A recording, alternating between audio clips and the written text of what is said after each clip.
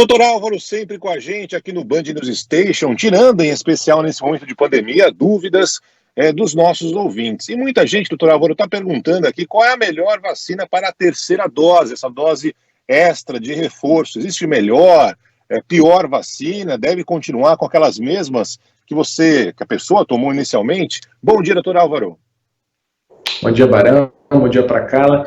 Barão, na Covid-19, a gente teve várias medidas e estudos com relação à eficácia de vacina, e a gente fez coisas com bonde andando inúmeras vezes, né? O que a gente sabe é que, para algumas populações, a gente tem uma queda de imunidade com o decorrer do tempo. Os idosos, imunossuprimidos, para essa população é importante fazer uma ativação do sistema imunológico, que a gente chama de booster, uma dose de reforço.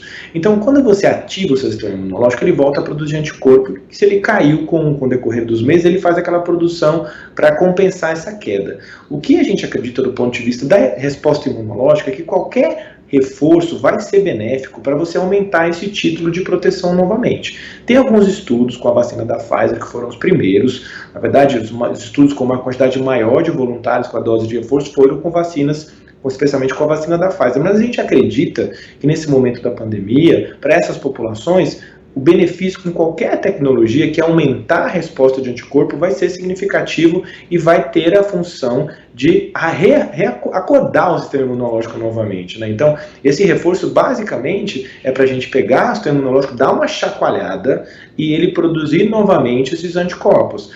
Tem estudo da Pfizer e tem poucos estudos com outras tecnologias, mas isso não inviabiliza você utilizar outras tecnologias também como uma forma de estimular o sistema imunológico, até a mesma que a pessoa tomou nas 2 doses. Então é uma forma de eu tentar dar uma estimulada no seu sistema, no nosso sistema imunológico.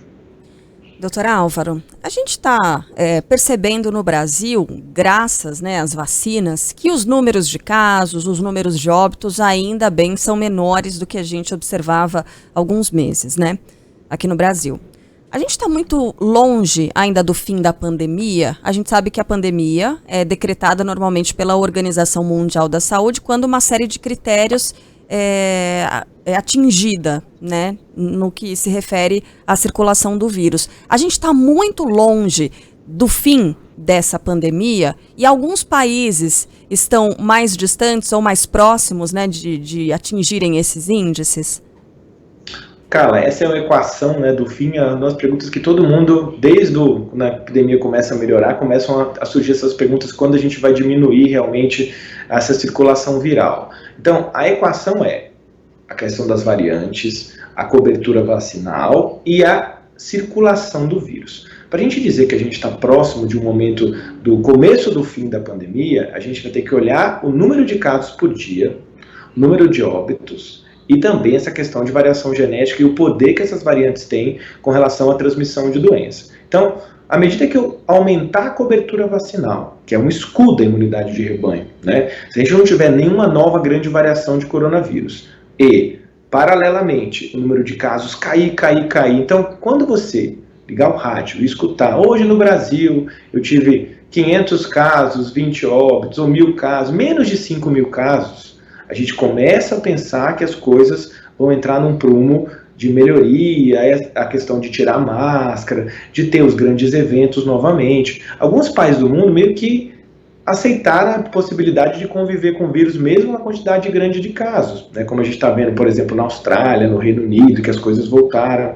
Então é uma equação difícil da gente prever, mas se a gente tiver essa expansão que a gente está tendo de vacina no Brasil, começar a ver esse indicador cair abaixo aí de 10.000 casos, 5.000 casos por dia, o número de óbitos cair, e esse vírus perder força de circulação, isso é o começo do fim da pandemia. Mas ainda, hoje em setembro de 2021, ainda temos um caminho a percorrer em cobertura vacinal, temos um caminho também a ser alcançado com relação a esses indicadores, ainda a gente vai precisar usar máscara, mas nos próximos 2, 3 meses, a gente não tiver um impacto muito grande de variante Delta no Brasil, tivemos essa ascensão cada vez maior de cobertura, e o vírus começar a perder força de circulação, isso vai deixar a gente bastante feliz para a gente começar a pensar no mundo como era o mundo pré-pandemia.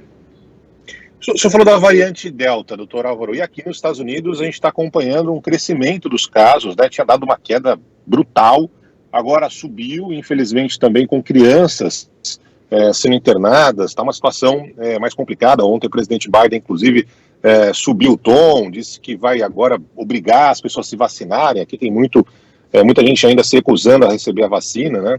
Mas a variante Delta digamos assim, considerada a grande vilã, né, nesse momento. Por outro lado, no Brasil, a gente está vendo uma situação semelhante a que os Estados Unidos tinham antes de chegar essa variante.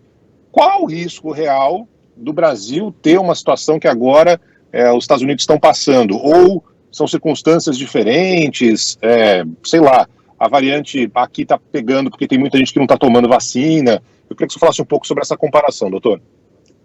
Essa comparação é inevitável, né, Barão? E serve de exemplo para a gente uma equação desfavorável nos Estados Unidos. Existe uma grande parcela da população em vários estados americanos que é contra a vacina, que não vai tomar vacina, que não tomou segunda dose.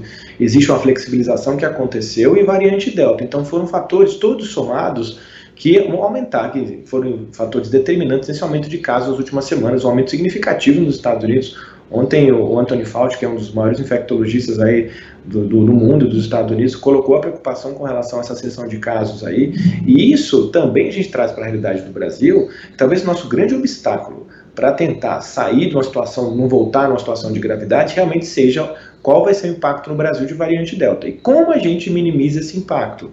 Tentando o máximo possível nesse momento ainda utilizar máscara, orientar a população que a pandemia não acabou, correr atrás de vacinar todas as pessoas que têm uma dose só, né? Esses dois fatores são muito importantes para a gente realmente passar mais ileso, com um impacto menor com relação à variante Delta. Então essa projeção até que a Carla perguntou na pergunta anterior, com relação a quando a gente vai sair desse contexto de maior gravidade, esses fatores vão ser determinantes nas próximas semanas. Então, você que está escutando a gente, por mais que exista, como a gente falou isso o ano inteiro, ano passado, esse ano, de uso de máscaras, de distanciamento, ainda não é momento, porque se a gente conseguir colaborar nessa equação para esses indicadores continuarem melhorando, a gente vai realmente ter uma situação mais favorável até o final do ano, né? A gente espera que isso, mas reviravoltas aconteceram na Covid e a gente está vendo aí o exemplo dos Estados Unidos, onde a gente estava num momento super razoável da pandemia e aí parou de vacinar, chegou a variante Delta, abriu tudo muito rapidamente, então aí de novo uma situação bastante tensa, né, no sentido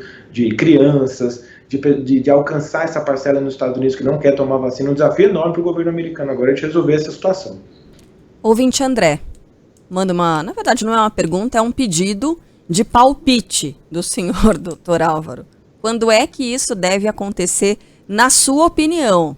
Não sei se o senhor quer responder essa pergunta ou não. Metade do ano que vem, no primeiro semestre de 2022, ou ainda no fim de 2021? André, eu tô otimista. Eu acho que se a gente continuar nesse ritmo de vacinação no Brasil, e eu acho que talvez a variante Delta possa perder um pouco de força no nosso país, né? Se a gente tiver esses números cada vez melhores, um pouco de colaboração nesse momento da população ainda com relação ao uso de máscaras, talvez aí daqui a uns 2, 3 meses vai ser um momento que, se a gente olhar, realmente continuar caindo, não tiver nenhum pico, nenhuma ascensão de casos, a gente pode ter até o final do ano um momento muito mais favorável no nosso país. A gente torce para isso. Tudo vai depender, né? Também pode entrar dentro dessa equação aí uma variável nova, uma variante mais transmissível que a gente não conhece. Então, pode ter reveses essas projeções que a gente faz, mas de uma forma geral a gente acredita que 2 a 3 meses ainda vão ser momentos que a gente vai ter que olhar, se cuidar e vacinar todo mundo com 2 doses. Aí realmente a circulação do vírus pode cair, a gente pode, quem sabe, ter um Natal um pouco mais favorável esse ano. Tomara.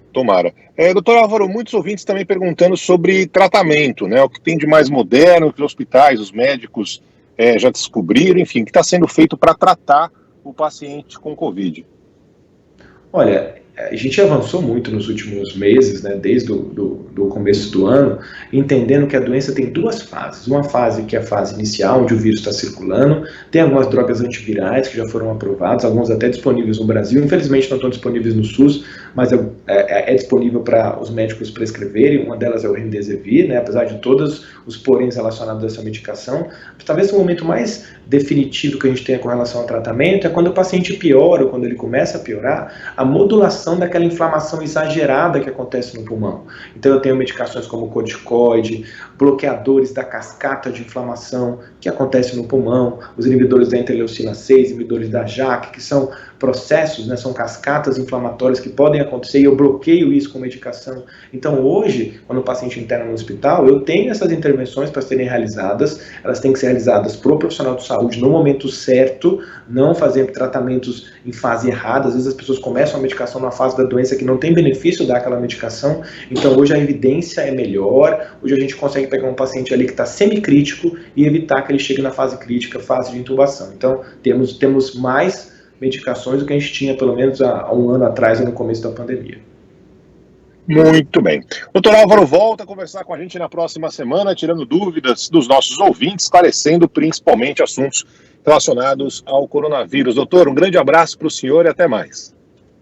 Um grande abraço para todo mundo, bom final de semana e bem-vinda a Carla, junto que a Carla estava de férias, eu não tinha visto a Carla ainda. É mesmo, né, doutor? Obrigada. Beijo, doutor Álvaro. Beijo. Tchau, tchau.